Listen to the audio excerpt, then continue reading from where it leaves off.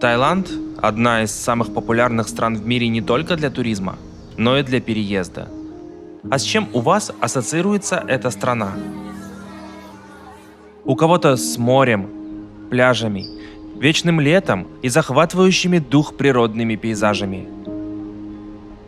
У других – с похотью и развратом борделей и массажных салонов, трансами, неотличимыми от девушек, и дикими, безудержными вечеринками.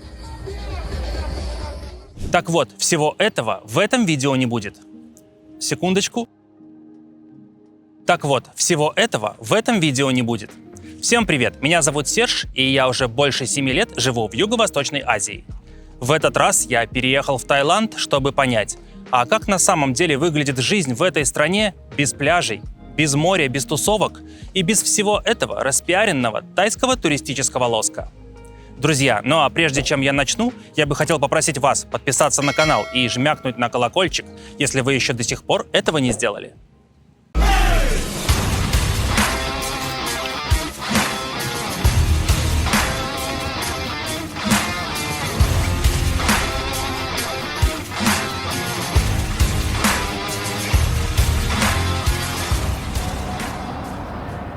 В Таиланд я летел из Филиппин. Об этом я подробнее рассказывал в предыдущем ролике. Кстати, кто не смотрел, советую глянуть.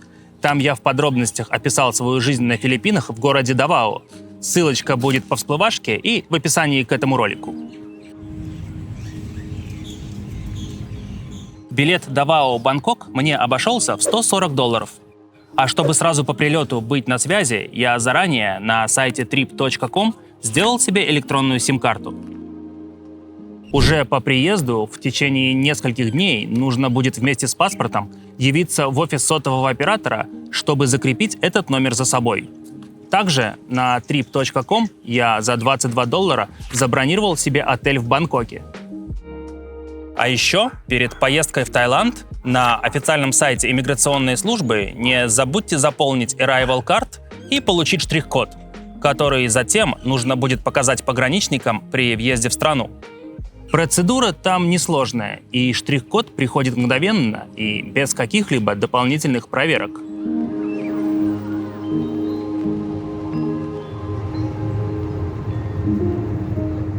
И вот наш самолет приземлился в аэропорту Дон Муэнг.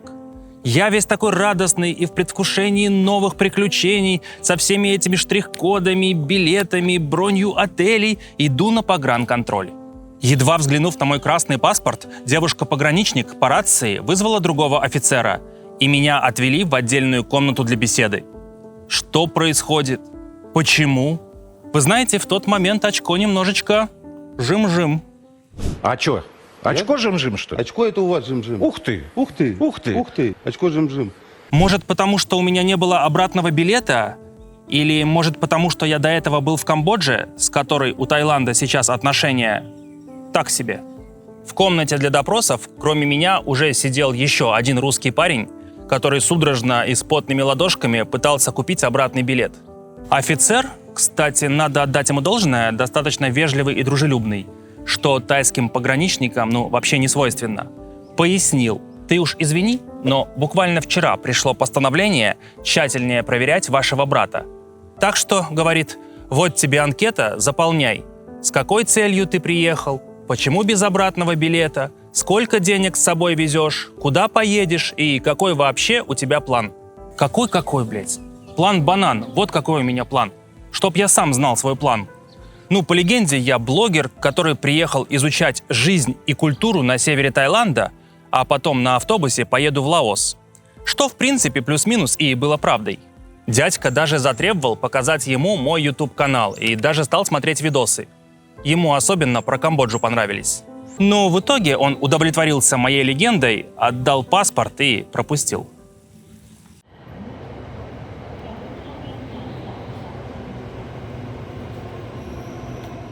Так я попал в Бангкок.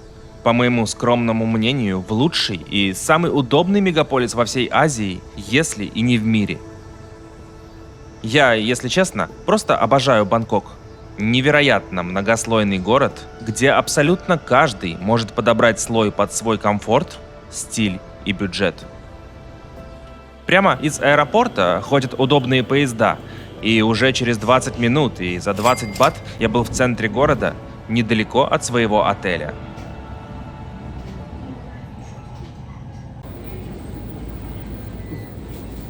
Робокоп на минималках, ты чё, меня преследуешь? На следующий день из Бангкока у меня был перелет в Чангмай. Именно там я и решил остановиться на следующие полгода. Почему именно на полгода? Да как-то в последнее время я пришел к концепции, что не хочу засиживаться на месте, иначе просто начинаю закисать. А 6 месяцев вполне хватает, чтобы в полной мере, так сказать, прочувствовать дух страны. А во-вторых, я не делал никаких долгосрочных виз. А по всем этим штампикам и визаранам вроде как больше и не дадут. При въезде в Таиланд граждане с красным паспортом получают в паспорт штамп на 60 дней, который затем можно продлить в иммиграционном офисе еще на 30 дней. Таким образом, на территории Таиланда можно находиться до 90 дней, не выезжая из страны.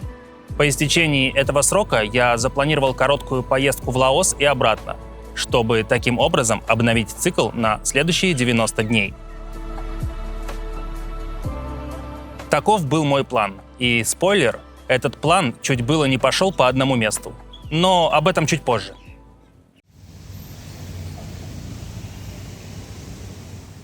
Чангмай – город, расположенный примерно в 700 километрах к северу от Бангкока, недалеко от границы с Мьянмой. Он находится в горной местности, в долине реки Пинг, и поэтому климат здесь мягче, чем в центральном и южном Таиланде. Чангмай часто называют культурной столицей Таиланда из-за почти запредельной концентрации древних храмов и буддистских пагод, многие из которых старше самого Бангкока.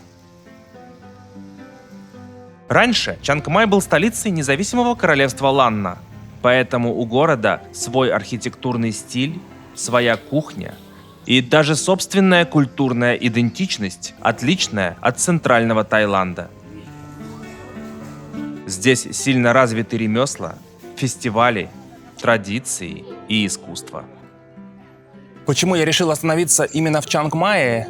Ох, да черт его знает. Блогеры в этих ваших ютубах рассказали, что это комфортный для экспатов городок. Вот у меня в голове и сложился образ тихого и уютного местечка среди древних храмов и пагод.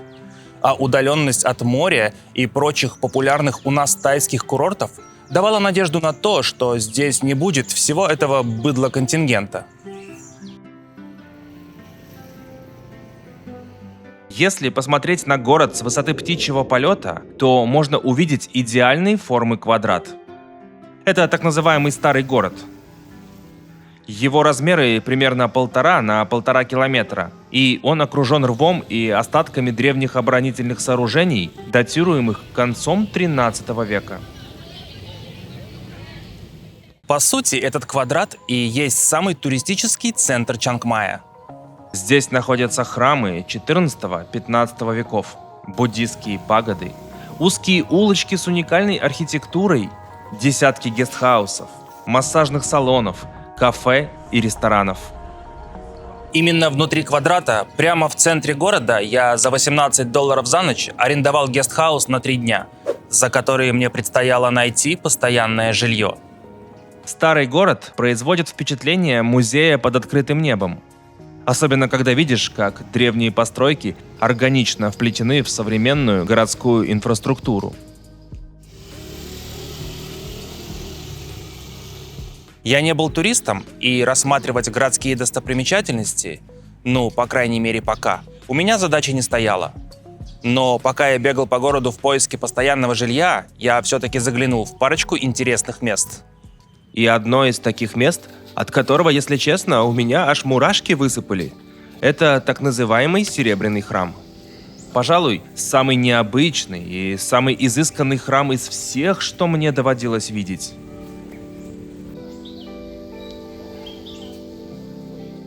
Основан он еще в 16 веке, но свою знаменитую серебряную чеканку получил значительно позже. К Квартал вокруг храма исторически был местом, где жили и работали мастера по серебру. Отсюда и такой внешний облик. Это дань уважения ремесленным традициям королевства Ланна.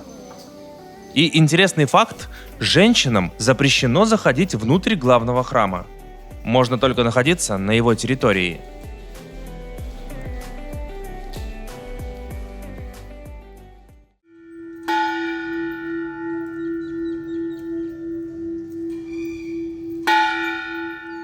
Еще одно место, куда я заглянул, это храм Ват-Пхра-Сингха. Еще одно место, куда я заглянул, это храм Ват-Пра-Сингхварамахавихан. Еще одно место, куда я заглянул, это храм с большой золотой штукой. Это один из главных и самых почитаемых храмов Чангмая. Он расположен в старом городе, внутри того самого квадрата, и был основан еще в XIV веке. Храм считается одним из символов Чангмая и имеет большое религиозное значение для местных жителей. А выполнен он в классическом архитектурном стиле королевства Ланна. А та самая золотая штука на самом деле называется ступа. Это не просто эффектный элемент декора.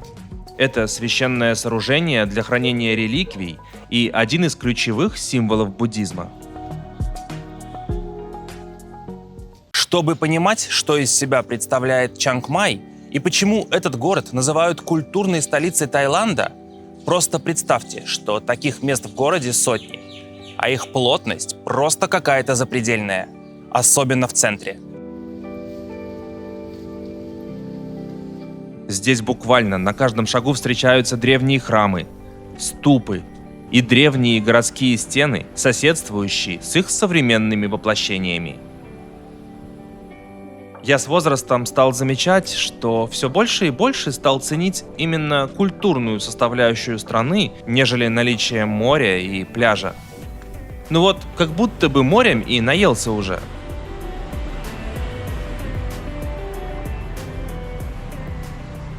Храмы храмами, а надо было искать жилье. Как обычно, я открыл Marketplace, нашел пару вариантов, договорился о встрече и поехал посмотреть.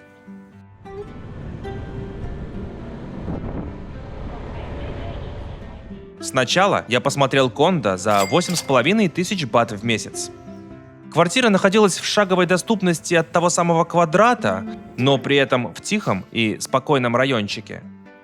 Отличное расположение, и квартира тоже отличная. Просторная студия со всем необходимым и, по ощущениям, вообще новая. Там, кажется, никто раньше и не жил. Единственный нюанс — интернет нужно было подключать отдельно. Вторая квартира уже стоила дешевле – 6500 бат, и находилась в километрах в 10 от центра города. Тоже просторная студия, тоже со всем необходимым. А что мне понравилось, кухня была вынесена отдельно и не совмещена со спальней.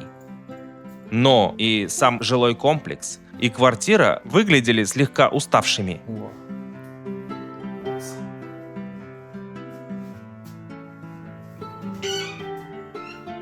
Там рядом был и рынок, и 7-Eleven, и вся базовая инфраструктура. Но расположение – откровенная жопа, и поэтому я оттуда уехал. Уже позже девушка-хозяйка предложила арендовать эту квартиру за 6000 бат, но я все равно не согласился. С наступлением темноты Чангмай превращается в одну сплошную ярмарку. Как грибы после дождя, прямо на дорогах и тротуарах вырастают ларьки с уличной едой, одеждой и сувенирами. Древние храмы начинают опоясывать столики фудкортов, а со всех сторон после дневных экскурсий сюда стягиваются уставшие туристы со всех стран мира, превращая центр города в одно большое, шумное и интернациональное месиво. Чем больше я исследовал Чангмай, тем отчетливее понимал, что тот образ города, который изначально сложился в моей голове, был ошибочным. Я представлял его маленьким, нетуристическим, спокойным местом. Эдаким раем для экспатов, ищущих пенсионерский лайфстайл среди древних храмов, вдали от популярных туристических маршрутов. Но на самом деле все оказалось иначе. Сам Чангмай – город относительно небольшой. Но если брать во внимание всю городскую агломерацию вместе с пригородами, то здесь живет больше 1 миллиона человек. И стоит только выйти за пределы старого города, как это отчетливо ощущается по многослойным хайвеям, плотному трафику и общему городскому ритму. Плюс Чангмай, как оказалось, это одно из самых популярных туристических направлений Таиланда. На каждом шагу были туристические агентства, предлагающие десятки разных активностей, а самих туристов в городе, просто не протолкнуться. С Чангмаем у нас коннекта не случилось. Я отчетливо понял, что оставаться жить в этом городе я не хочу. Но что теперь делать-то? Куда дальше? Откровенно говоря, плана на этот случай у меня не было. Так, Серега, ну чё, привет от нас. You can say привет. Привет. This is to my friend. Привет means hi. Привет. Ёпта. Серега. Серега, привет, ёпта. Есть у меня один длинный друг в очках. Баламут, путешественник и тоже блогер. И тоже, кстати, Серега. Если вы вдруг на него еще не подписаны, обязательно подпишитесь и передавайте от меня привет в комментариях. Езжай, говорит, в провинцию Исан. Есть там один спокойный городок недалеко от границы с Лаосом. Удонтани называется. Речка, набережная, туристов нету. Я, говорит, и сам туда позже приеду, там и встретимся. Ну, вроде звучит как то, что я искал. Спокойный, уездный, провинциальный, нетуристический городок, где можно было бы зависнуть месяцев эдак на 6 и прочувствовать на себе тайскую нетуристическую жизнь. Да и то, что рядом была граница с Лаосом, тоже выглядело плюсиком. Я как раз хотел туда поехать, когда кончится виза. Ну вот, вроде звезды и сошлись. Я сел в автобус и поехал туда, куда меня послали. В Удонтани. Из Чангмая в Удонтани ходит прямой ночной автобус, а в пути придется провести около 12 часов. Точно не помню, сколько стоил билет, но что-то в районе 800 бат. Автобус, кстати, оказался двухъярусный и довольно комфортный. Можно было даже полежать.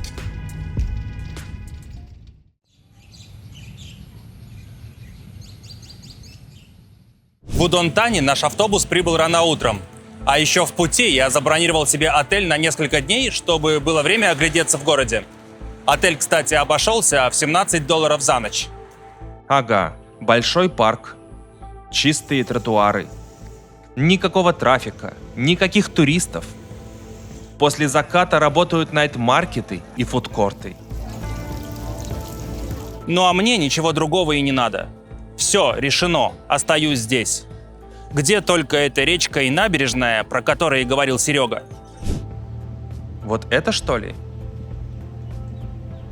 Это уже потом выяснилось, что он перепутал Удонтани с приграничным с Лаосом городом Нондхай и отправил меня немножко не туда. Отправил, так сказать, в ссылку на полгода. Хотя все вроде вышло не так уж и плохо. Про город Нондхай я расскажу чуть позже.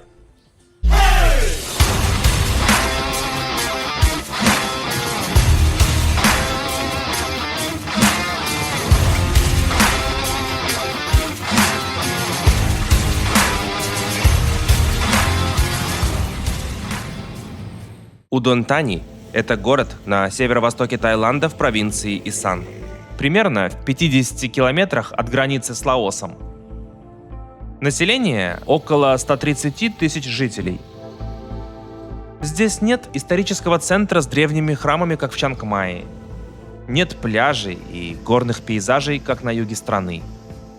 Нет каких-то явных и броских достопримечательностей. И вот как описать город, где вроде бы ничего и нету. Понимаете, это не тот город, куда едут за впечатлениями. Это город, где просто удобно жить.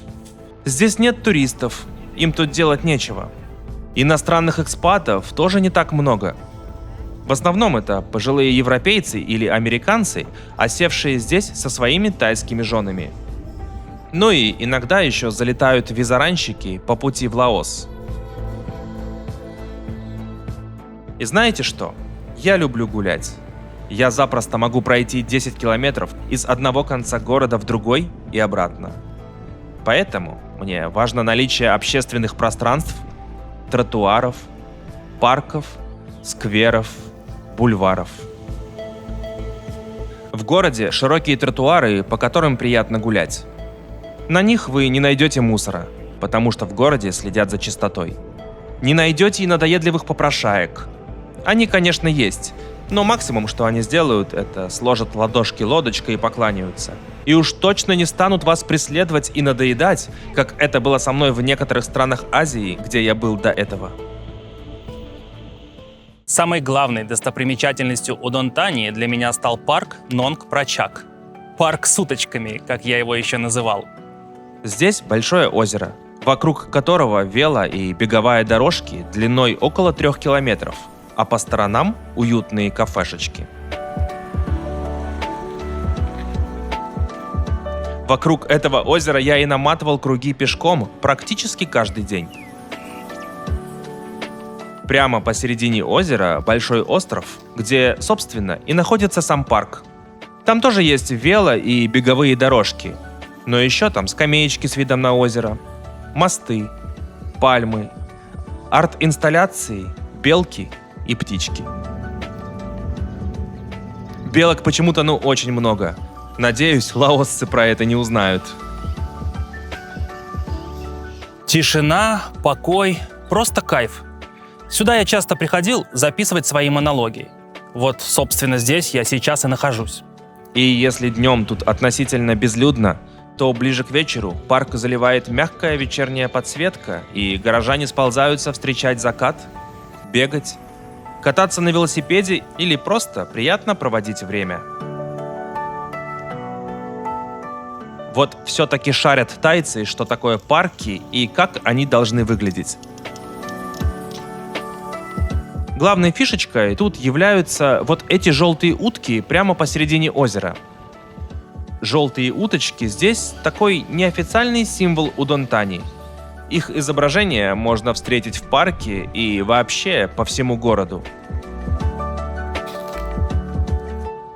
Парк с уточками не единственный в Удонтани.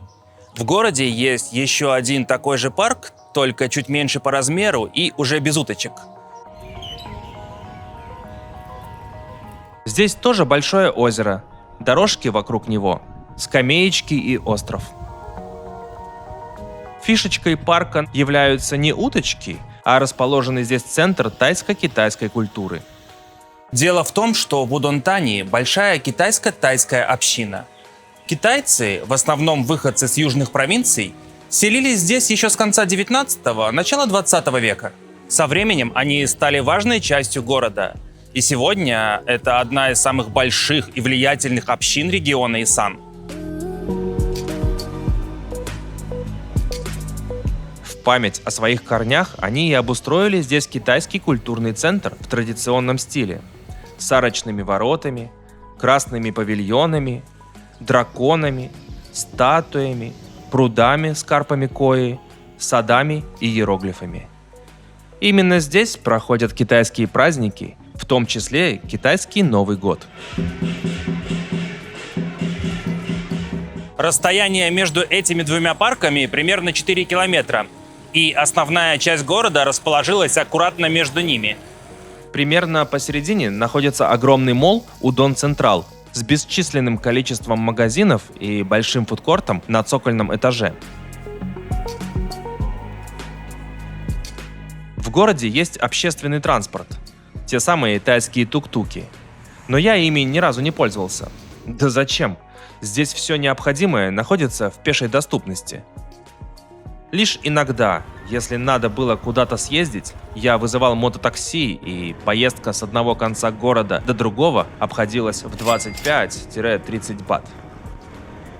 Как и везде в Азии, я пользовался стандартным набором приложений. Чтобы вызвать такси и мототакси, я пользовался приложением Grab или Maxim.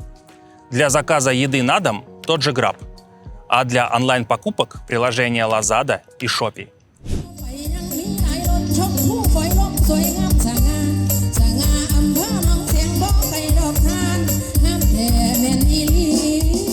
Еще одно напоминание о большой китайской общине – это китайский храм прямо в центре города, что находится на главной площади. Здесь время от времени проходят городские праздники с народными гуляниями. И, конечно же, как заведено у тайцев, с кучей всяких вкусняшек, от которых у меня, если честно, после Филиппин просто разбегались глаза.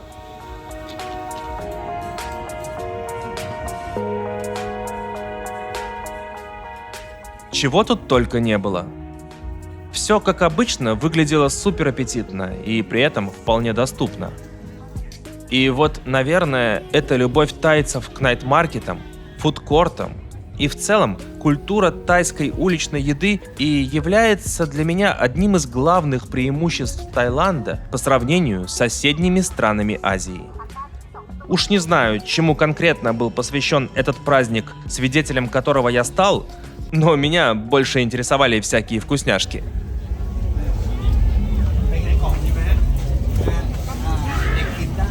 Пару слов про климат и сезоны. Удон-Тани находится на северо-востоке страны, и в целом здесь прохладнее, чем на юге Таиланда. Традиционно выделяют 3 сезона. Самое пекло с марта по май. Днем температура легко может перевалить за 35 градусов, при этом практически нет дождей. С июня начинается сезон дождей, который длится по октябрь. Прохладнее особо не становится, а из-за ливней и высокой влажности появляется ощущение духоты. Я же застал самый комфортный сезон – северную тайскую зиму. С ноября по февраль здесь длится прохладный сезон. Днем температура редко превышает 30 градусов, а ночью, вечером и утром опускается аж до 16, а иногда даже до 12. При этом за несколько месяцев я не увидел ни единой капли дождя. Невероятно комфортный сезон. Ночью я спал без каких-либо вентиляторов и кондиционеров под толстым одеялом, что, кстати, благотворно сказалось и на счетах за электричество.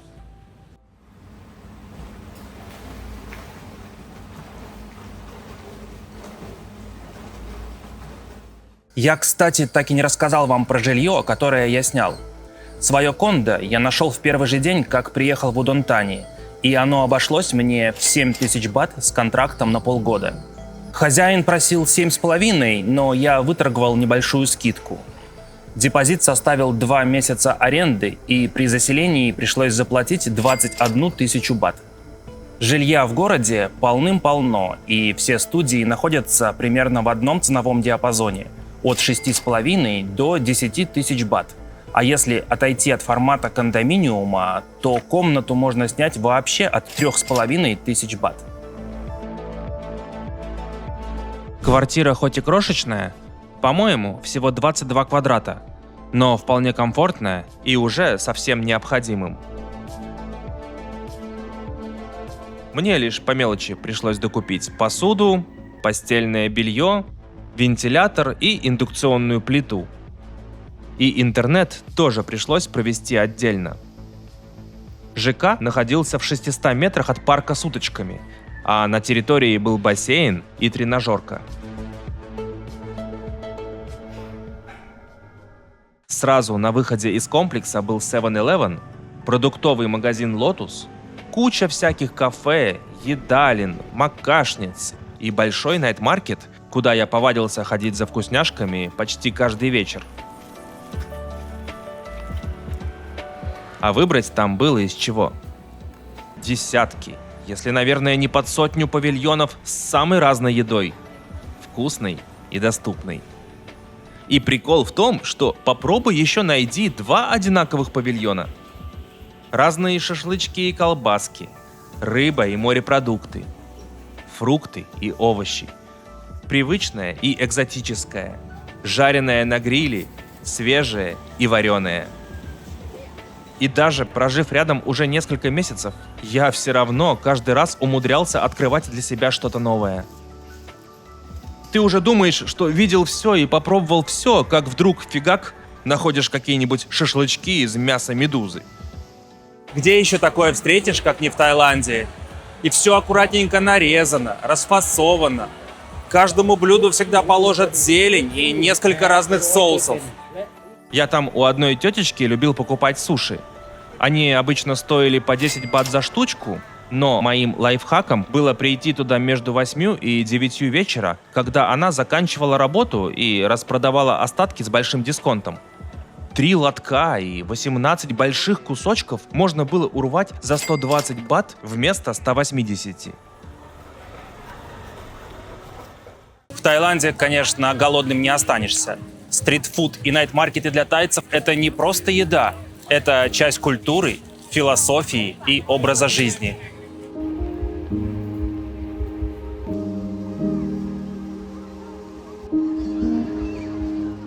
Для многих местных дом – это где спят, а едят вне дома.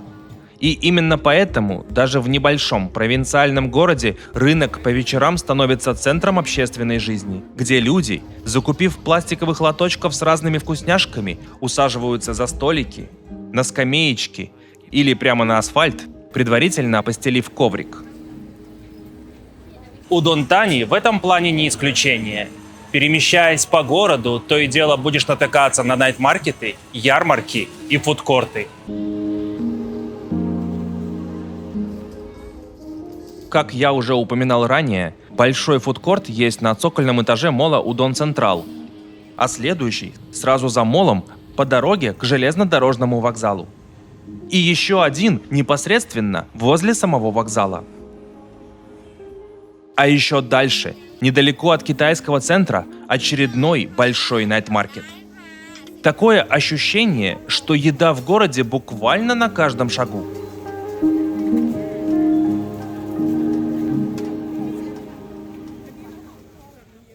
Если всего этого вдруг окажется мало, и вы внезапно заскучаете по пюрешке с котлетами, приготовленными своими руками, то в городе есть большой паблик-маркет, где можно купить все необходимые продукты. Давайте пройдемся по ценам и посмотрим, что тут почем.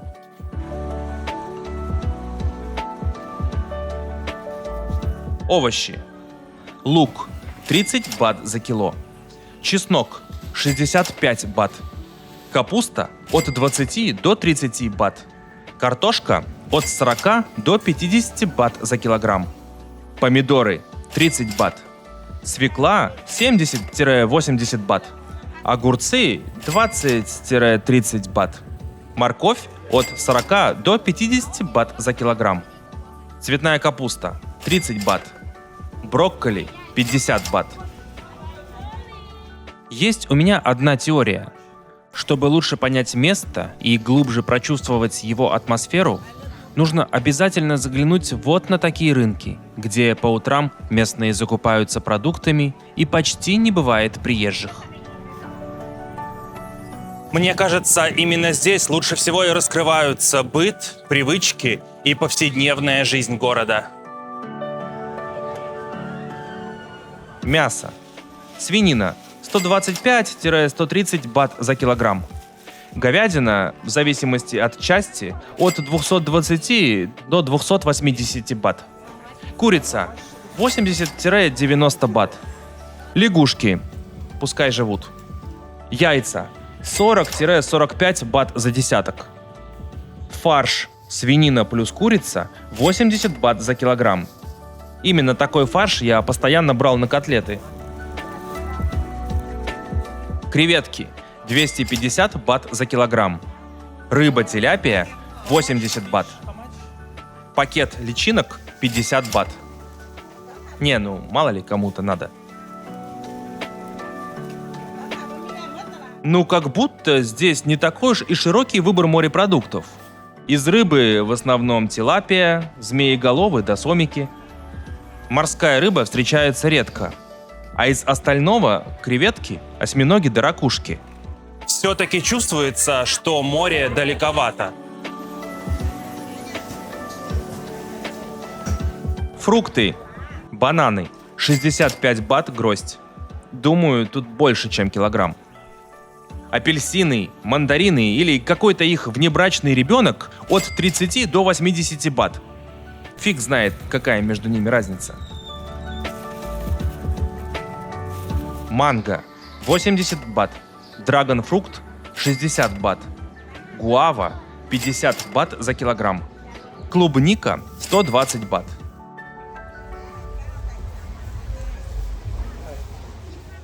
Недалеко от моего дома был продуктовый магазин «Лотус». Это популярная в Тае сеть продуктовых, и они там на каждом шагу. Тот самый магазин возле дома, и, как правило, я закупался именно в «Лотосе».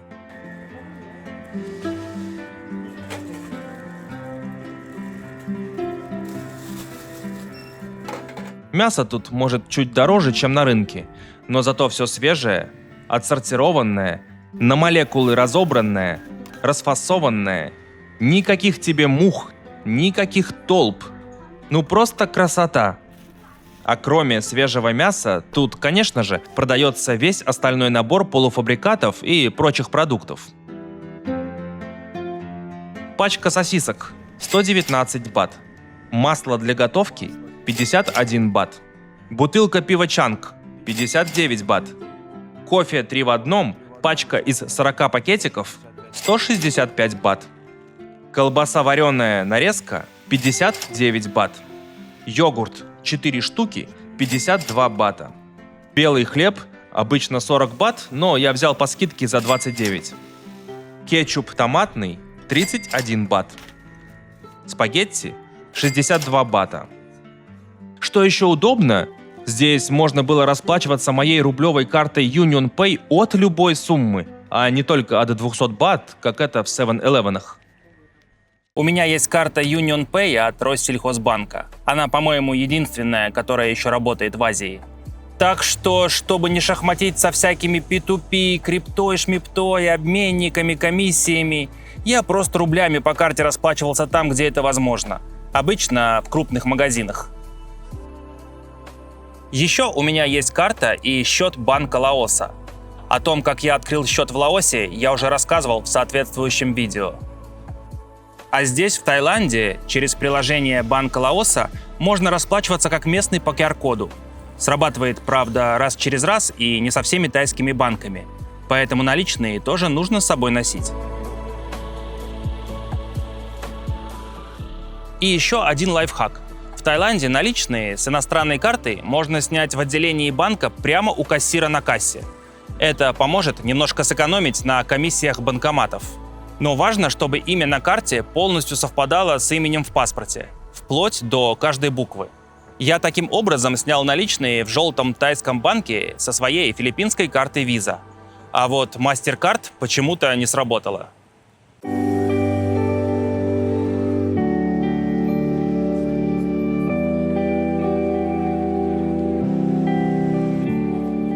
Чем дольше я жил в Удонтане, тем сильнее я чувствовал себя невидимкой.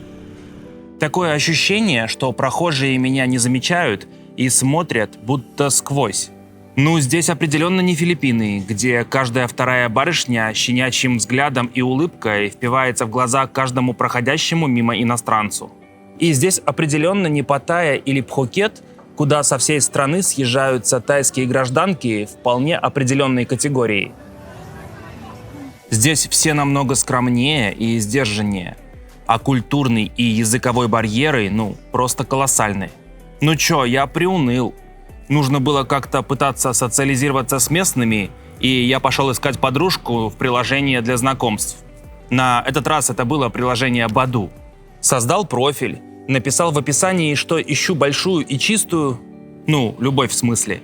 Накидал красивых фоточек и тишина. Что-то в Удонтане на длинного нищего носача особо-то спроса и не было. Лишь пара каких-то случайных матчей, после которых девушка даже не отвечала на сообщения. И вот, собственно, все. Интерес разве что проявили несколько дам бальзаковского возраста, но до дружбы со сверстницами уже не было интереса у меня. А при более детальном рассмотрении некоторые из них вообще оказались не дамами бальзаковского возраста, а ледибоями бальзаковского возраста. Ну и одна филиппинская мадемуазель, которая, едва узнав, что я раньше тоже жил на Филиппинах, с диким энтузиазмом принялась перегружать мой мозг ненужными для меня историями из ее жизни. В Таиланде, оказывается, много филиппинцев, которые работают учителями английского языка. Ну, в общем, я не выдержал весь этот нескончаемый поток бла-бла-бла, и филиппинская мадмуазель была безапелляционно отправлена в черный список. После этого я решил расширить круг поиска и посмотреть, а какая активность будет за пределами Удон-Тани. И тут в круг попала столица Лаоса Виньтьян, которая находилась в 80 километрах от моей текущей локации. И вот, надо сказать, девушки из Лаоса с гораздо более явным энтузиазмом проявляли интерес и активность, нежели тайки. Уже потом я разобрался, что все-таки есть у простых тайских девчонок интерес до знакомства с иностранцами. Просто его не очень-то видно за стеной культурного и языкового барьера. Ну такая культура, люди сдержанные. Не принято у местных девчонок проявлять интерес к иностранцам. Плюс было вообще непонятно, как с ними взаимодействовать. А я, откровенно говоря, сыпался на первом же от них вопросе о том, где я работаю. Именно с этого вопроса всегда и начинался диалог с тайками, а я понятия не имел, как на него ответить. ตอนนี้จะไปตรงถนนคนเดินแล้วก็เดินไปหรือว่าไปส่งตรงหนองเลย В итоге сквозь стену недопонимания смогла проклеваться одна тайская чайка. Чайке было 24 года, и с ее слов уже вдова и с ребенком. Ребенок вроде как живет где-то за 100 километров от города в деревне с бабушкой, а сама она здесь в Удон-Тани работает медсестрой в больнице. Английский у чайки был не то чтобы нулевой, а я бы даже сказал минусовой. И все наше общение происходило через переводчик в телефоне. У нас с ней сразу же вспыхнули взаимные чувства. У меня к ней, наверное, потому, что кроме нее, собственно, никто другой и не повелся. А у нее ко мне, наверное, потому, что ее, судя по всему, уже давно никто не кормил едой. С первой же нашей встречи эта чайка принялась нагло и без доли стеснения склевывать мои и без того худые ресурсы. Она каждый раз тащила меня в какие-то дорогие кафе, где за мой счет заказывала еды, словно народ у солдат. Явно намного больше, чем мы бы с ней вдвоем могли съесть. А позже забирала остатки домой. И так было каждый раз, сколько мы с ней встречались. Очень какое-то подозрительное поведение. Я понимаю, если бы ребенку, я был бы не против. Но вроде как ребенок живет далеко. Кого она там в своем гнезде подкармливает? Уж не призрак ли усопшего мужа? Еще через пару встреч она откровенно стала цыганить деньги. «Ой, а дай 1000 бат, а то зарплата еще не скоро». В этот момент, надо сказать, она разбила мое сердце. Мои чувства к ней угасли, прошла любовь, завяли помидоры. Эх, а какая была страсть, какие были отношения длиною, казалось бы, в целую вечность. Ну, чуть больше недели. Чайка разбила мое сердце, и с тех пор я с тайками подружиться больше не пытался. Эх, а я еще гнал, что филиппинки меркантильные. Да верните мне моих филиппиночек. Вот так вот. Вот так вот. Вот так вот. Все познается в сравнении. Ну а если посмотреть на ситуацию с другой стороны, что, простые, понятные, транзакционные отношения. Без драм и соплей. Никаких предрассудков, силы традиций и хождений вокруг да около в плане шурум-бурум с чайкой не было. Да, и полетели. Никаких драм, мозгоебства и нескончаемого потока бла-бла-бла, как это происходит с филиппинками. Простые и понятные правила игры. Ты либо принимаешь правила и играешь в игру, либо не принимаешь и не играешь. Главное, не будь нищебродом и не занимайся самообманом, и все будет окей. Где мой кофе? Алло. Блядь, кто тут? А, вот же.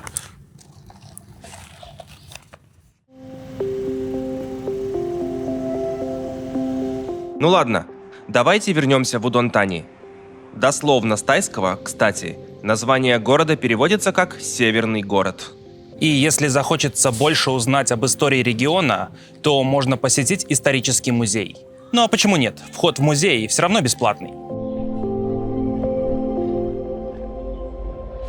Исторически регион долгое время находился под влиянием Лаоса, поэтому традиции, кухня и музыка здесь во многом лаосские по происхождению. Некоторые местные жители до сих пор говорят на лаосских диалектах. Но уже в конце 19 века регион был официально интегрирован в состав Сиама, современного Таиланда. В 1960-е и 70-е годы, во время войны во Вьетнаме, Удон Тани стал одной из ключевых точек присутствия США в Таиланде. Здесь находилась крупная американская авиабаза. Формально база была тайской, но активно использовалась ВВС США для операций в Лаосе и Северном Вьетнаме.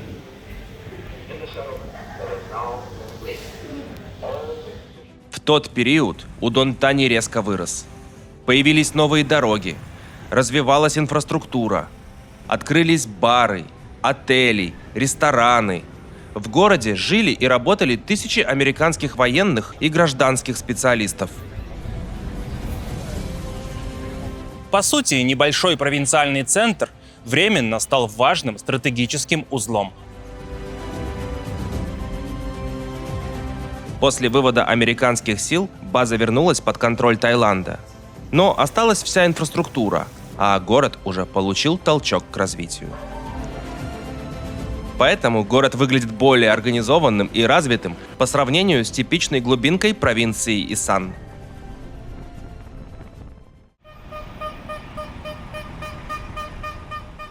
В городе также живет большая вьетнамская община. И здесь есть целый вьетнамский квартал, оформленный в характерном стиле. С красными фонариками, флагами, небольшими кафешечками и ресторанами с вьетнамской кухней. Вьетнамцы переселялись сюда по политическим причинам еще во времена французского Индокитая, а позже во времена войн в регионе. И, кстати, сам товарищ Хо Чи Минь какое-то время тоже жил в Удон Тани. В выходные по утрам здесь работает ярмарка, и иногда, движимый ностальгией по фобо и бодрящему вьетнамскому кофе, я сюда захаживал. Ну, я все-таки раньше тоже жил во Вьетнаме. Вот и получается, что Удон Тани – это некий такой своеобразный культурный сплав. Лаосское наследие, китайская диаспора, вьетнамская община – и американский импульс развития в 70-х годах.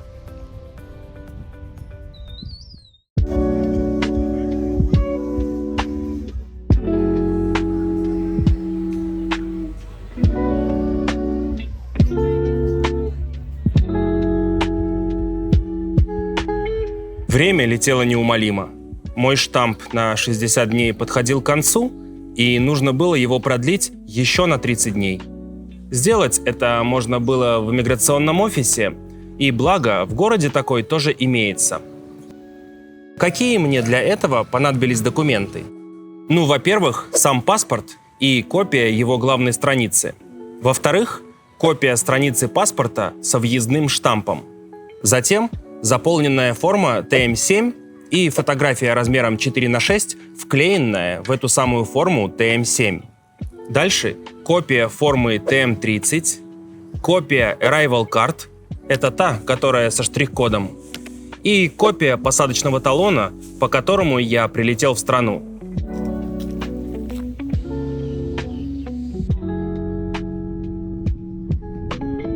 Форму ТМ7 я заранее скачал на сайте иммиграционной службы и заполнил по образцу.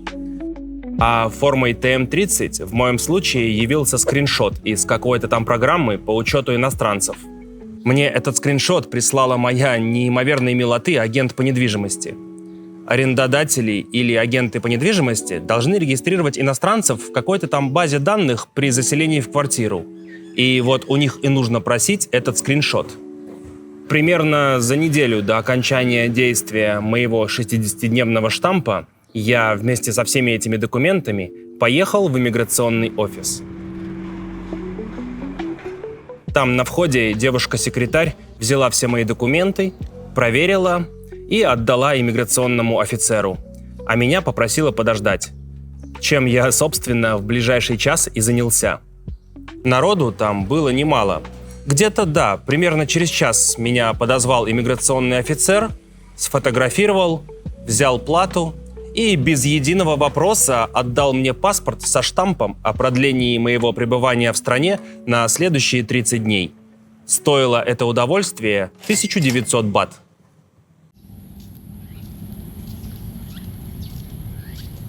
Где-то вот в конце ноября прошлого года Таиланд решил снова, так сказать, навести порядок в своей визовой политике и стал строже относиться к визаранщикам. Они в этом плане все никак не могут окончательно определиться. И визовая политика Таиланда меняется так же часто, как и настроение твоей подруги.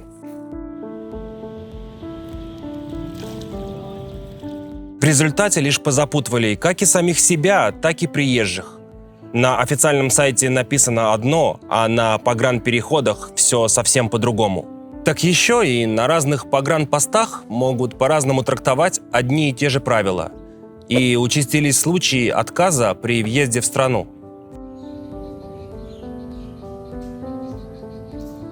Вроде как теперь с целью туризма можно находиться в стране не больше 150 дней в течение календарного года. При этом внутри этого срока в страну можно заехать по земле не больше 2 раз, а по воздуху, вроде как не ограничено. Но окончательное решение остается за офицером, и если он заподозрит, что вы едете с целью отличной от туризма, он может на свое усмотрение вас не пропустить, невзирая ни на какие правила. Плюс многие стали отмечать, что на паспортном контроле все чаще стали просить продемонстрировать финансовую состоятельность. А что касается продлений на месте, то теперь доступно только 2 продления в течение года. Первое на 30 дней, а второе уже только на 7. Ну и вот совсем недавно Таиланд сократил 60-дневный штамп до 30 дней. Так вот, все эти визовые ужесточения начались ровно тогда, когда мне нужно было делать border run, чтобы обновить цикл своего пребывания в стране на следующие 90 дней, как я изначально и планировал. Я кинул в рюкзак пару футболок, ноутбук, сел в автобус и поехал на границу с Лаосом, которая находилась в 1,5 часах езды. В Лаосе я планировал провести несколько дней и потом, также автобусом, вернуться в Таиланд, в свой Удон Тани. И вот я на границе с Лаосом. Поменял свои тайские баты на лаосские кипы и с паспортом в руках иду на паспортный контроль, чтобы покинуть Таиланд. Но то, что произошло дальше, я никак не мог ожидать. Взглянув на мой паспорт, офицер жестом руки указал на дверь. «Иди вон туда». Там другая женщина-офицер, указав пальцем на штамп о продлении в моем паспорте, строго резюмировала. «Из-за того, что ты сделал продление, по земле страну ты не покинешь. Езжай в аэропорт и улетай так же, как и прилетел». «В смысле улетай, как прилетел? Как это вообще?» У меня штамп заканчивался на следующий день, а аэропорт, через который я прилетел в страну, находился в Бангкоке. Это так-то другой конец страны. Я что, преступник? Или нарушил какие-то визовые правила? Почему меня с действующим штампом не выпускают из страны? На каком основании? Нигде про такое не написано. И таких правил, что ты не можешь покинуть страну по земле, если сделал 30-дневное продление, на официальном сайте нет. Может быть, это было связано с обострившимся в тот момент конфликтом Таиланда и Камбоджи, но при чем здесь граница Лаоса? Как мне позже рассказали экспаты на форумах, это и есть тот случай, когда никто не понимает эти новые правила, и пограничники начинают их трактовать по-своему. А кроме меня, там еще было человек 5 грустных иностранцев, которых тоже не выпустили из Таиланда.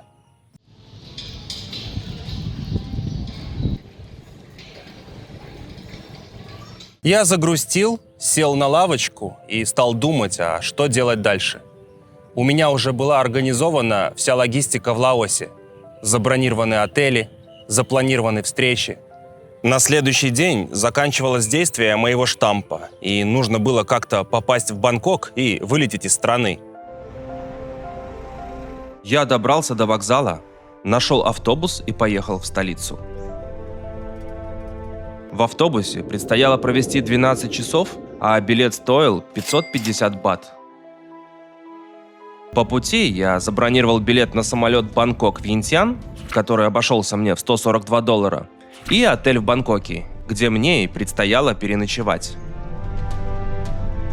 В Бангкок наш автобус приехал уже ночью.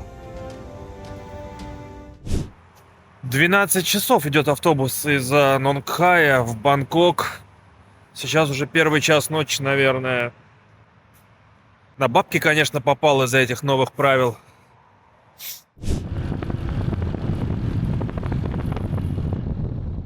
На мототакси я добрался до отеля. Когда бываю в Бангкоке проездом, всегда останавливаюсь в одном и том же месте недалеко от автовокзала. Мне там даже дают всегда одну и ту же комнату.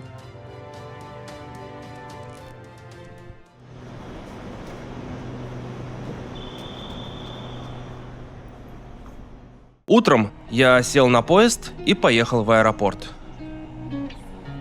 Как же все-таки удобно и понятно организована сеть метро и наземных поездов в Бангкоке.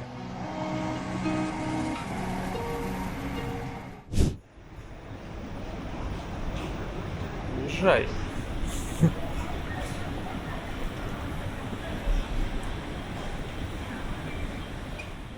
В аэропорту, без каких-либо дополнительных вопросов со стороны иммиграционной службы Таиланда, я вылетел во Вьентьян, столицу Лаоса.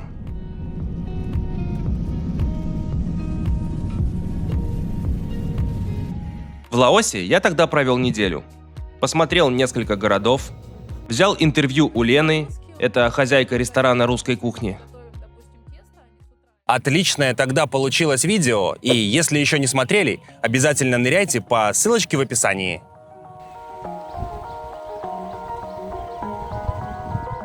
Пока я путешествовал по Лаосу, то на форумах начитался ужасов, как экспатов на наземных границах то не выпускают из Таиланда, то не впускают. И чтобы не рисковать, я решил сразу обратно залететь самолетом. На тот момент я был в Луангпрабанге. Это самый туристический город Лаоса, и там тоже есть международный аэропорт. Именно оттуда я и вылетел обратно в Бангкок, а билет обошелся мне в $93. В этот раз на паспортном контроле меня сильно не мучили, и в отдельную комнату для допросов не отводили. Но вопросики поспрашивали. «Ты только что был в Таиланде 3 месяца. Зачем едешь обратно?»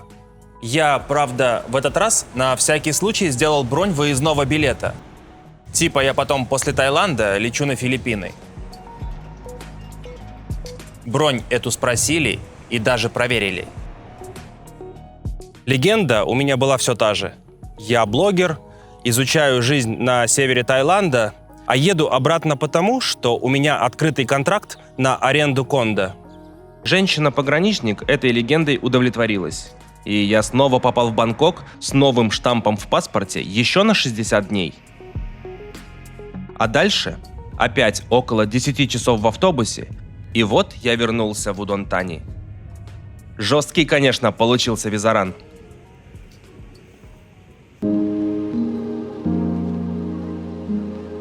Удонтани, конечно, не Чангмай. Древние храмы и пагоды здесь не стоят на каждом углу, словно опята после дождя в осеннем лесу. Но, как и положено любому тайскому городу, Удонтани изрядно пропитан буддийским колоритом.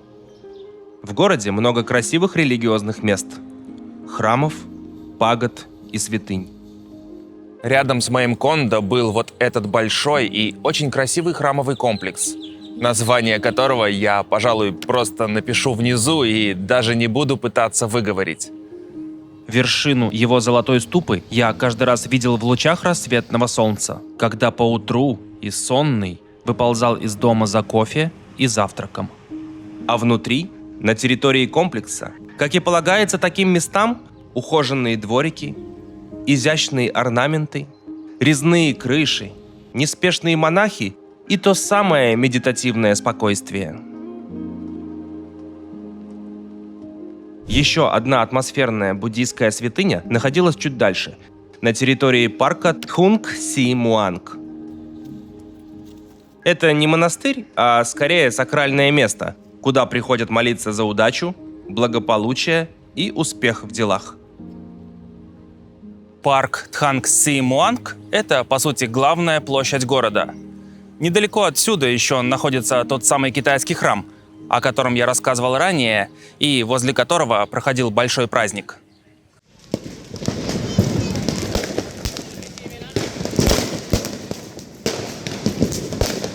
На этой же самой площади, где-то в октябре, я застал еще один масштабный праздник, будто превративший все городские пространства в поле боевых действий. Мы тогда еще встретились с Серегой, который был в городе проездом. Было такое ощущение, что все жители города вышли на улицу, чтобы взрывать петарды, запускать салюты и фейерверки. Один в один, как у нас на Новый год. Ребята, кто знает, что это за праздник? Напишите в комментариях.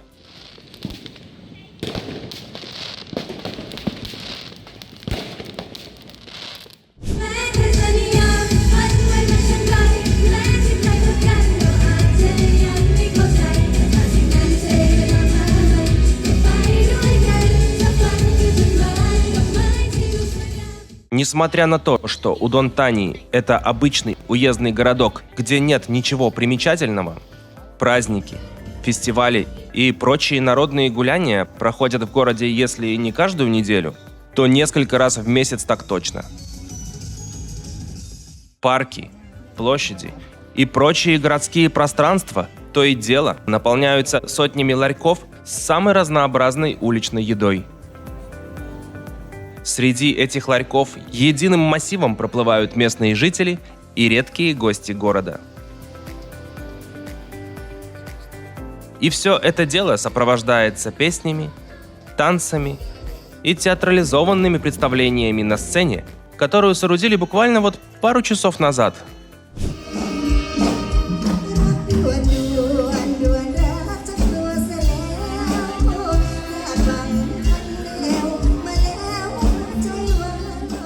Это может быть День города, выставка достижений сельского хозяйства или праздник, приуроченный к каким-нибудь выборам. Но в большинстве случаев я даже и не подозревал, а что именно здесь отмечают. Для меня все это было в первую очередь праздники кишкоблудия, куда я приходил подзатариться вкусняшками.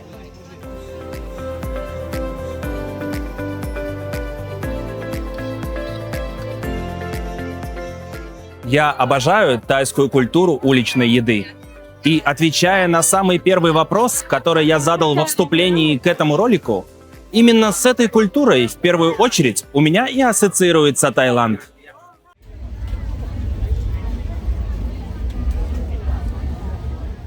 Сколько денег я тратил в месяц для того, чтобы жить в Таиланде, вот в провинциальном, не туристическом городе Удон-Тани? Давайте разберем по категориям.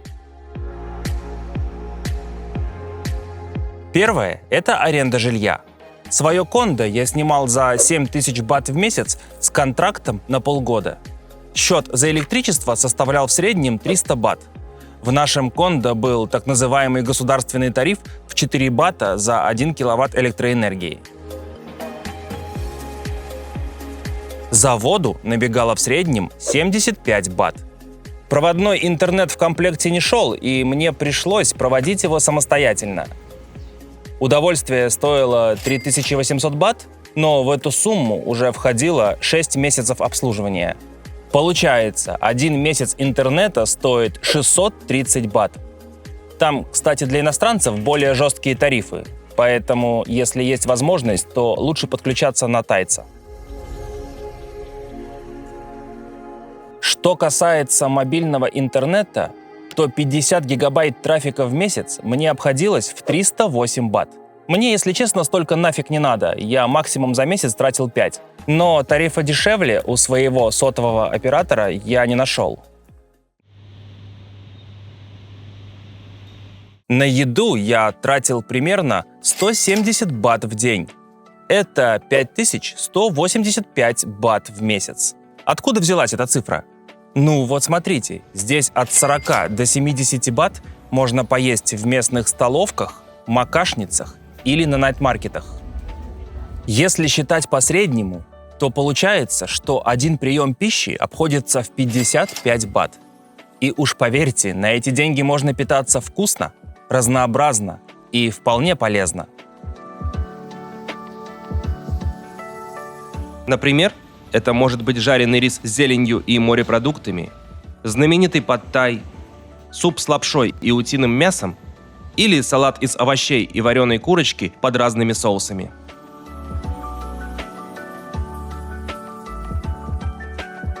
Многие отмечают, что в тайской кухне много глютамата и сахара.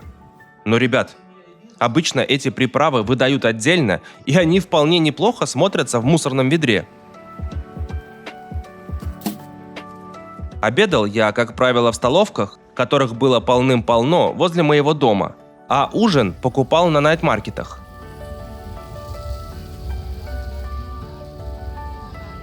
Таким образом, на обед и ужин закладываем по 55 бат. Завтрак мне обходился примерно в 30 бат. У нас с самого утра возле дома бабуля продавала готовые завтраки по 25 бат. Это был рис, яйцо, огурчики и либо обжаренный фарш, или другая начинка. И кофе 3 в одном. Если посчитать стоимость одного пакетика, то получается, что он стоит чуть больше 4 бат. Еще на 30 бат я обычно брал фруктовую нарезку. Вот из этих трат и складывается цифра в 170 бат в день на еду.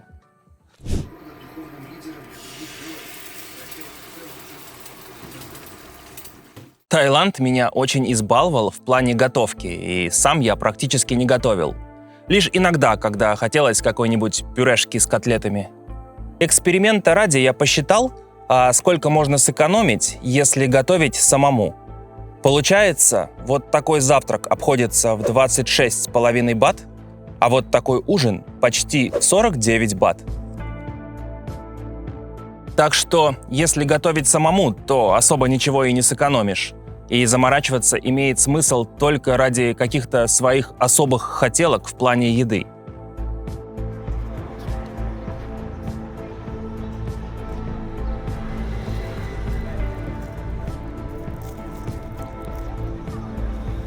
Отдельным пунктом к своим расходам я добавил расходы на кофе, который нужно было взять, чтобы пару часиков поработать за ноутбуком в кафешке. Ну или просто, чтобы погулять с кофеечком в руках. Оно в среднем стоило 60 бат, и таким образом к ежемесячным расходам добавим 1830 бат на кофе. Питьевая вода.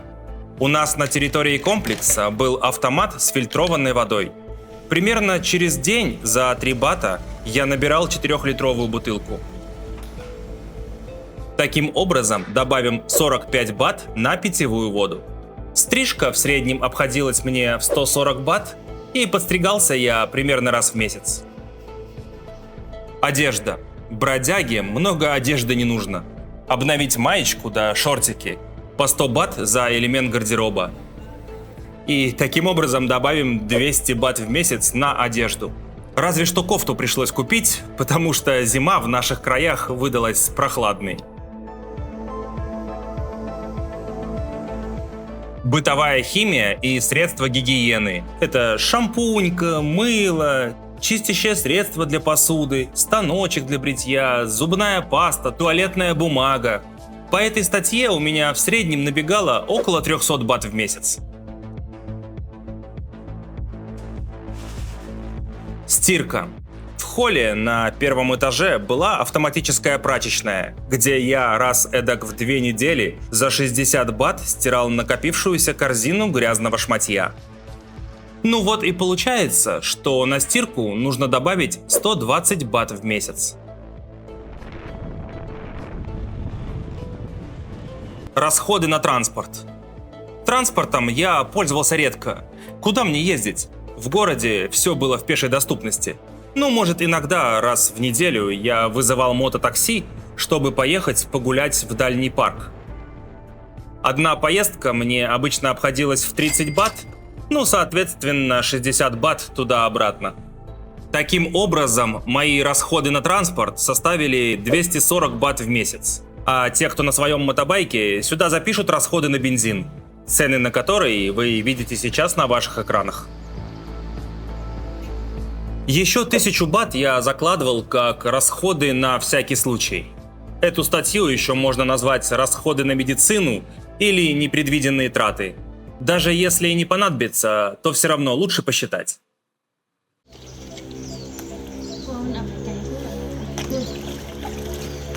Ну и последние 2 пункта я вынес за скобки. С ними не все так однозначно.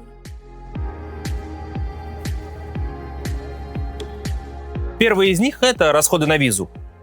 Если суммировать все мои продления и все мои злоключения с визараном за этот период, то получится, что я встрял на 13 624 бата. Разделив эту сумму на 6 месяцев, в свою таблицу по пункту виза я запишу 2271 бат. Виза в Таиланде — это задача со звездочкой. И тут уж кто на что горазд, чтобы ее решить. И если полгода еще можно перекантоваться по этим штампикам и продлениям, да и то уже с натяжкой, то для того, чтобы остаться на более длительный срок, нужно уже что-то придумывать.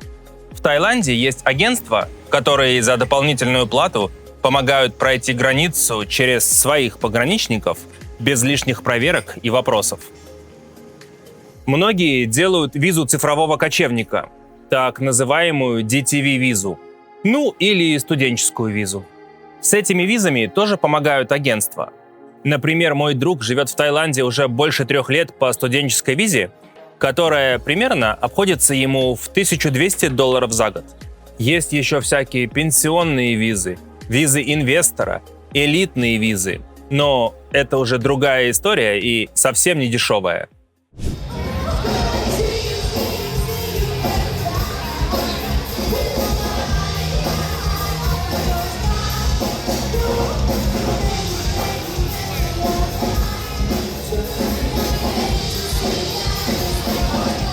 Ну и последний пункт — это расходы на развлечения. Тут уж кто как гуляет. И Таиланд, надо сказать, к загулам ой как располагает. Есть у меня один дружок, пирожок, который: «Бля, Серега, я, говорит, сам не понял, как так получилось, но за пару месяцев в Паттайе шлюхам в трусы напихал больше $5000. Говорит, как слышу эти «hello, welcome», так у меня сознание мутнеет, и я как зомби иду туда. Так что это вопрос дисциплины и кто как гуляет. В Таиланде можно и по $5000 в месяц спускать только на развлечения. В свою таблицу для себя я запишу по этому пункту 2000 бат. Это может быть какую-нибудь чайку накормить, либо выйти где-нибудь раз в неделю поужинать и выпить пиво.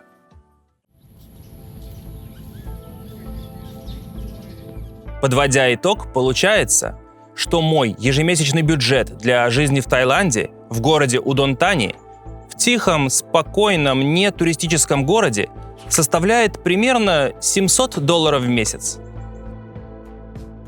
И если в Удонтани моим основным развлечением было презренно смотреть с балкона на копошащихся внизу человеков и ненавидеть весь мир, то погулять в Паттайе у меня еще ни разу не получалось дешевле, чем на $100 за вечер.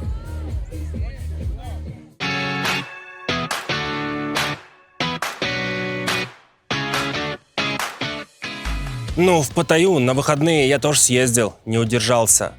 Бары и продажная любовь меня интересовали мало, но у меня там живут друзья еще по Филиппинам, и хотелось их навестить. Из Удонтани есть прямой автобус до Паттайи. Очередные чудесные 12 часов пути. Такая дистанция для меня уже начинает входить в привычку. Это не первый раз, когда я посетил эту цитадель всемирной проституции. На канале, кстати, уже есть ролик из этого города. Было прикольно, конечно, снова пройтись по Волкинг-стрит, покуражиться в барах и клубах и со стороны понаблюдать за творившейся там дичью. Но определенно не моя тема. Еще мы сгоняли на Калан, небольшой остров рядом с Паттайей, куда обычно отправляются ради пляжей и более спокойной атмосферы. Там я подружился с одной барышней. Она, правда, совсем зеленая, зато сразу же села мне на лицо. О, ну такое! Еще раз что-то ты ему хочешь сказать, что он прыгнул? А так? Он хочет прыгнуть.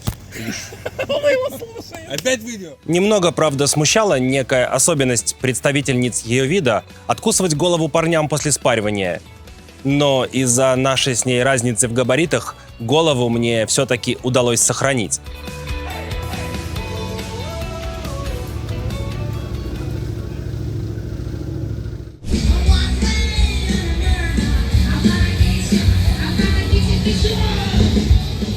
У нас в Удонтане тоже есть свое маленькое представительство Паттайи. Ну не Сои 6, конечно, но тоже барная сойка со всеми характерными атрибутами. Полуголыми девицами, заманивающими прохожих в те бары, за которыми они закреплены, массажными салонами и иностранными дедушками, которые словно попугаи на жердочке восседают за барными стойками баров с бутылочкой чанга. Этот переулок находится сразу за молом Удон Централ, но я старался его обходить за километр. У меня от этих «Hello, welcome» сразу начинались паттайские флешбеки. Hello, welcome. Have room, have condom, have table. Good, take care. Do everything. Fuck ass, fuck pussy. Suck your dick, lick your ball, lick your ass. Suck long way. Good job, blow job, hand job, foot job. Длинный блогер в очках с канала «Этот Сергей» остановился в городе Нонгхай. Ему там очень нравится. И для того, чтобы понять, а что же там такого особенного, я прыгнул в маршрутку и поехал посмотреть. Нонгхай находится в 55 километрах от Удонтани, прямо на границе с Лаосом, от которого Таиланд отделяет сакральная для меня река Меконг. Именно здесь расположен знаменитый, так называемый мост дружбы, соединяющий две страны. Город небольшой, около 50 тысяч жителей. Но главная его особенность, за которую Нонгхай так полюбился многим, это его набережная. Широкая набережная тянется вдоль Меконга аж на несколько километров. Гуляя здесь, то и дело натыкаешься на религиозные инсталляции, буддистские храмы и пагоды. Над крышами одного из храмов восседает огромный Будда. Он, как самый спокойный в мире пограничник, наблюдает за рекой и за Лаосом по ту сторону.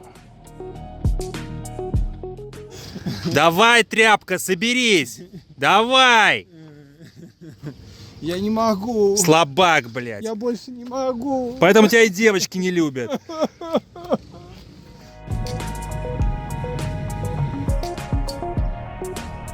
У основания набережной есть небольшой крытый рынок с сувенирами, одеждой, религиозной атрибутикой и разными товарами. А вот это не просто какие-то абстрактные скульптуры. Это скульптуры тех пресноводных рыб, обитающих здесь, в реке Меконг. Ближе к закату на набережной, конечно же, вырастают торговые ряды, и львиная часть променада превращается в найт-маркет.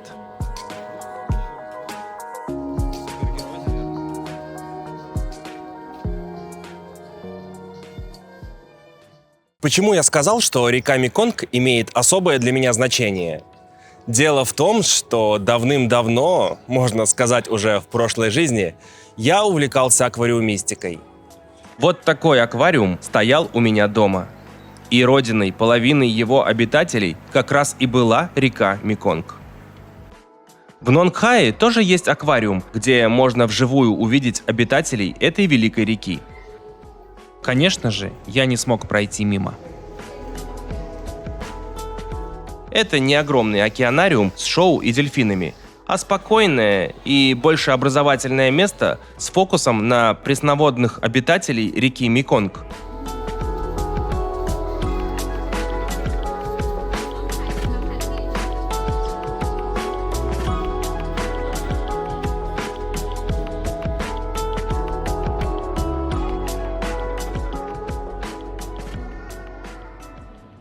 Примерно в 3 километрах от набережной находится еще одно интересное место. Это парк Сала-Киоку, или в простонародье Будда-парк. Здесь буддизм и индуистская мифология сошлись в бетонной фантазии одного очень увлеченного человека. Сотни богов, демонов и мифических существ замерли под палящим солнцем, будто в одно мгновение окаменели от какого-то волшебства.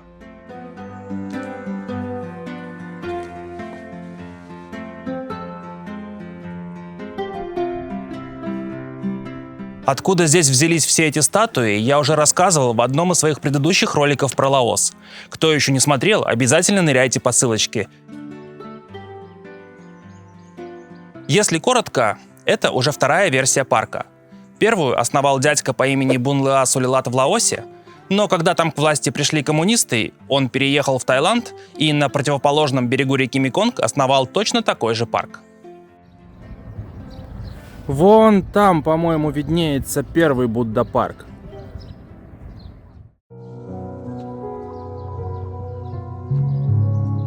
Время шло, а я просто жил. Работал, гулял, наслаждался комфортом жизни в Таиланде, его кухней, культурой, этой простой и спокойной повседневностью. Но время – штука беспощадная. Мой второй штамп на 60 дней подходил к концу, и для завершения своего полугодового плана мне нужно было пытаться продлиться еще на 30 дней. Как и в прошлый раз, я собрал все необходимые документы и за неделю до окончания действия штампа поехал в наш местный иммиграционный офис. Девушка-секретарь, взглянув на мои документы, сразу предупредила: «Ты живешь в Таиланде уже 5 месяцев, и в этот раз тебя могут продлить только на 7 дней. И если ты хочешь именно на 30, то должен объяснить офицеру причину этого намерения». Я объяснил. Я показал офицеру свой контракт на аренду кондо, до завершения которого оставалось чуть больше месяца. Я так и сказал, что хочу закрыть контракт, и это моя единственная причина задержаться еще на месяц. Плюс мне повезло, что дело было в январе, то есть обновился календарный год, и вся визовая история начиналась сначала. В общем, офицера эта история устроила, и, как и в прошлый раз, я заплатил 1900 бат и получил в паспорт штамп о продлении своего пребывания в стране еще на 30 дней.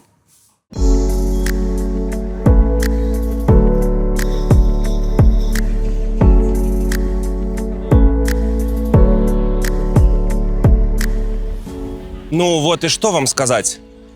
Давайте по чесноку, положа руку на сердце. Как по мне, Таиланд – это самая сбалансированная страна в регионе в плане цены и качества. Самая вкусная, комфортная, удобная и культурная. И это я не про храмы или пагоды. Здесь культуру и комфорт чувствуешь в воздухе каждой клеточкой своего тела. Я даже не знаю, как это объяснить, но дьявол, как обычно, кроется в деталях. Например, купив фруктовый шейк с кусочками фруктов, тебе обязательно дадут трубочку в форме ложечки на конце, чтобы ты, как свинота, не ковырялся пальцами в стакане. А наша помойка в кондоминиуме, куда я выбрасываю мусор, она пахнет не тухлятиной, говном или помоями, как обычно пахнут все помойки, а медом. Мусорка пахнет медом. Никогда такого не встречал.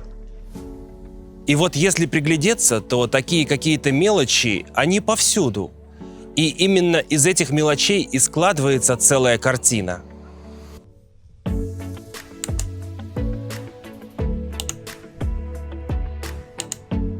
Здесь всегда тебя пропустят на дороге. В отличие от того же Вьетнама, где ты, если перешел дорогу и выжил, это уже большое достижение.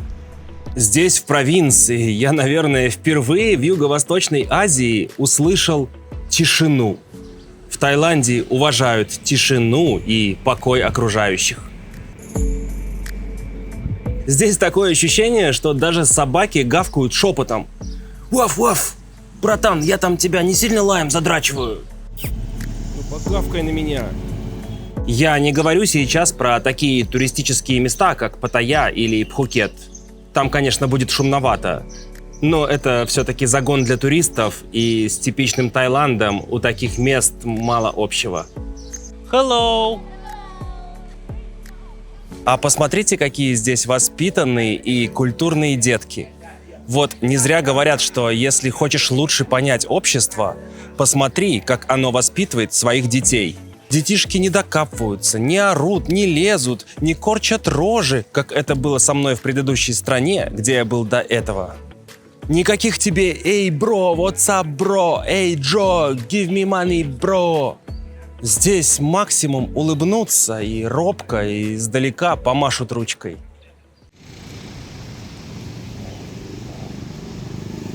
Пришло время подвести итоги. Давайте попробую резюмировать плюсы и минусы своей полугодовой жизни в Удонтани. Самый главный для меня плюс – это, конечно же, тайская кухня, ее разнообразие и доступность. В городе развитая инфраструктура и сервис. Да и в целом все очень понятно и удобно организовано. И так будет в любом городе Таиланда.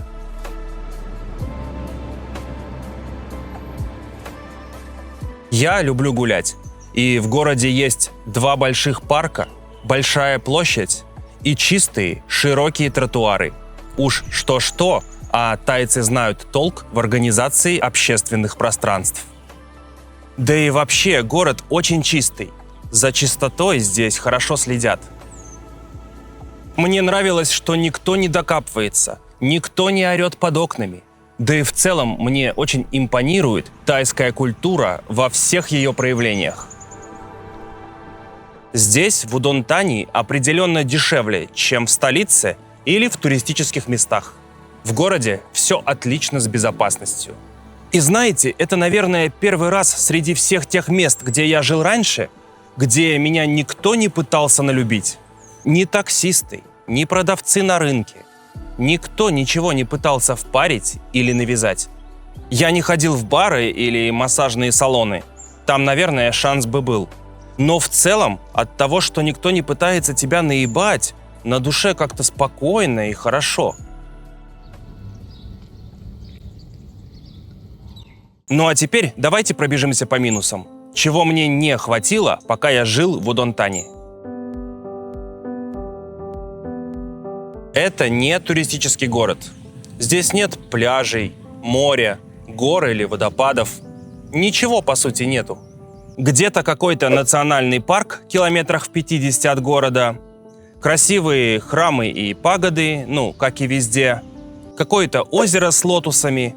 Ну, вот, собственно, и все. Самый жирный минус – это, конечно, все эти визовые шахматы. Когда ты либо живешь по туристической визе, как на пороховой бочке, и переживаешь каждый раз за то, что тебя могут не впустить в страну на очередном бордер-ране, либо делаешь какую-то специальную визу, которая может влететь в копеечку. Еще один минус – это культурный и языковой барьеры. По-английски здесь говорят единицы. Да и в целом культура совсем другая. Здесь даже дорожное движение наоборот. И как следствие из предыдущего пункта, тоска накатывала время от времени, чего уж там. Человек – зверь социальный, и даже таким интровертам-социофобам, как я, нужно иногда социализироваться, пусть и в гораздо меньшей степени. Обычно свою потребность в социализации мы закрываем либо в редких посиделках с друзьями раз в неделю, либо от обычного повседневного взаимодействия с окружающими людьми. Здесь же я чувствовал себя невидимкой. От местных отдачи было ровно 0, а социализироваться с американскими дедами в барах, ну, как-то вообще не хотелось. В итоге за полгода вживую по-русски я разговаривал ровно 3 раза. Ребята знакомые были проездом по пути в Лаос. Серега вот блогер приезжал. И случайно подписчика встретил на улице, который здесь тоже был проездом. И, пожалуй, все. Других минусов я как-то придумать и не смог.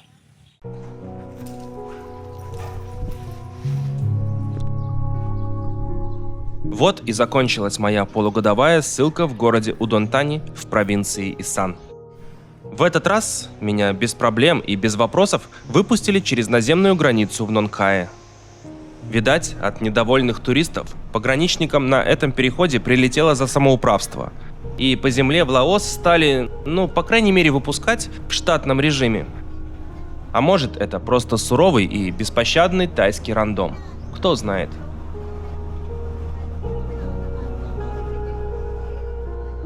Впереди новый этап. И каким он будет, лишь покажет время. А Таиланд? Ну что Таиланд? Вот исполнится мне 50, сделаю себе пенсионную визу и перееду сюда навсегда. Спасибо, что остались до самого конца. Всем удачи и всем мира.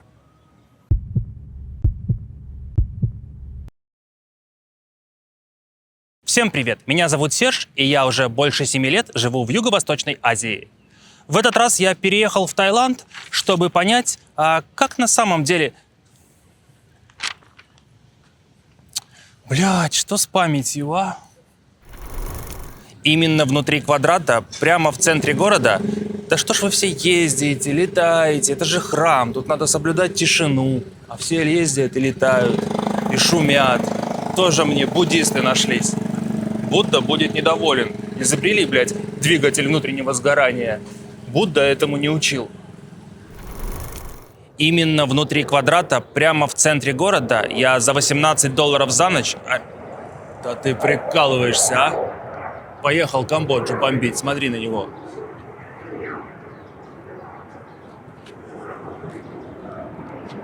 Где они? Об этом я подробнее рассказывал в предыдущем видео. Кстати, в Таиланд... Да что ж вы... Сожри его. Который затем нужно будет... Блять, что-то вообще не идет, а? Ой, блядь. Процедура там несложная, а штрих-код приходит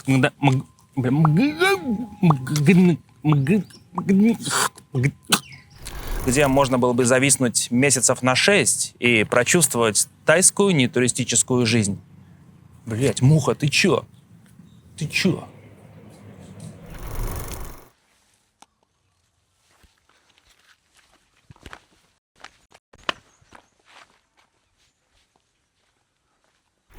Ну, во-первых... Кш. Воробей, кш. Сука. Ну, во-первых, примерно за неделю до окончания действия моего 60-дневного. Воробей, ты конкретно уже, а? Чё ты там сидишь на столбе и квакаешь? Но тарифа дешевле у своего сотового, блядь. Но тарифа дешевле у своего сотового, блядь. Все эти визовые ужесточения начались ровно тогда, когда мне нужно было делать border run, чтобы обновить... Ты чё, падла? Иди отсюда. Коршун, блядь, недоделанный. Кто еще не смотрел, обязательно гляньте по ссылочке в описании к этому ролику. Блять, коршуны, как вы а? Че у вас, перекличка, что ли, утренняя, а? Кто пришел на смену, кто не пришел? Первый, второй, третий. Коршун, тихо. Легенда у меня была такая же. Я блогер, изучаю жизнь на севере... Как вы все... А еще говорят, работа у нас легкая, а? То собака гавкает, то коршун крякает, то самолеты летают, то сидишь потеешь на солнце весь, блядь, вон. Ой, надо другую, надо на завод идти обратно работать. Там легче было. Куда вот они летят? Вот к гадалке не ходи, полетели Камбоджу бомбить. Да сколько их, а? И, пожалуй, все. Других минусов я как-то придумать и не смог. Блядь, дед старый пришел скрипеть суставами. Это ж наверняка суставы у него скрипят. Ну, тоска накатывала иногда. Чего уж там. Чего уж, блядь. Чего? Кто так говорит? Шт. И как следствие из предыдущего пункта... Да ты чё, блядь?